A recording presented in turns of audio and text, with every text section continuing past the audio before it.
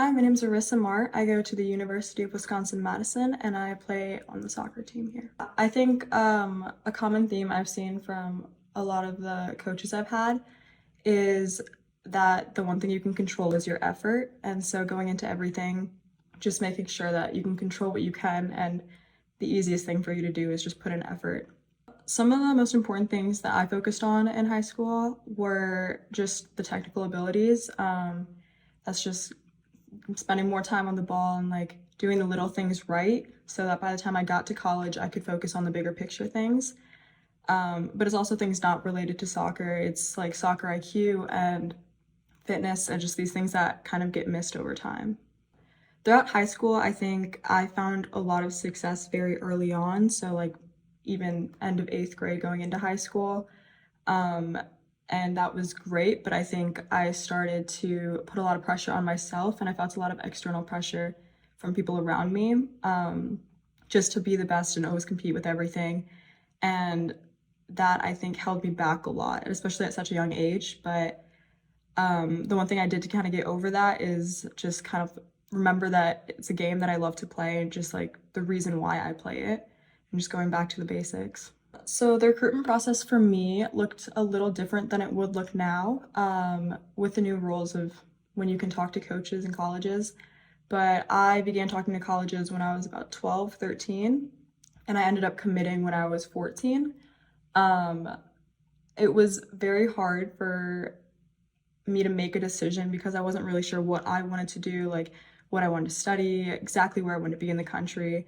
And I don't think I put a lot of those factors into consideration at such a young age. I did end up transferring after my sophomore year of college, but I think it was just hard to kind of remember it's not all about soccer. There's other things going on too, and you just want to keep that in mind when you're looking at schools and talking to coaches.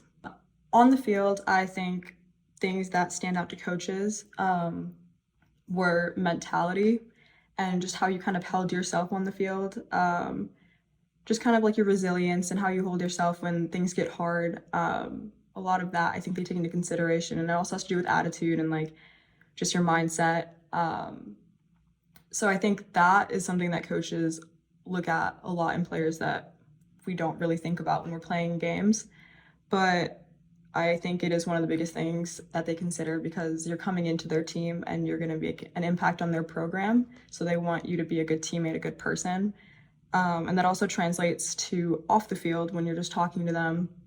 I think it's important to put in effort, as well as just like knowing. I think you have to know what you're looking for when you're talking to coaches. I know it's intimidating, and you think that like you're trying to sell yourself to them, but you also have to realize that it's like what you're looking for, like they're trying to get you too, so it's kind of a two-way process. So just knowing what you're looking for and trying to find a coach or a school or a team that kind of can match that for you.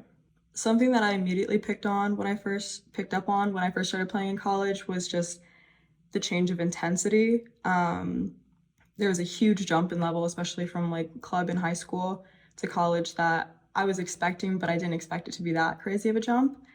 But you kind of learn to love that because it's everyone on that team is doing what they love too, and it's good to be in an environment where we all kind of share that passion.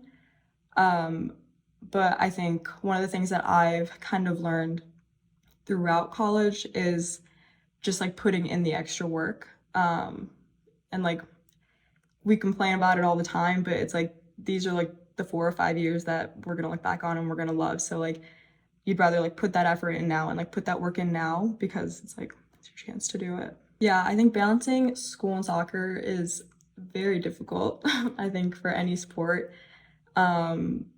It's obviously a completely different expectation when you get to college. So I did struggle at the beginning to kind of get that rhythm, and it is hard as athletes because you want to put in 100% into both your sport and in school, and like you want to do well in both.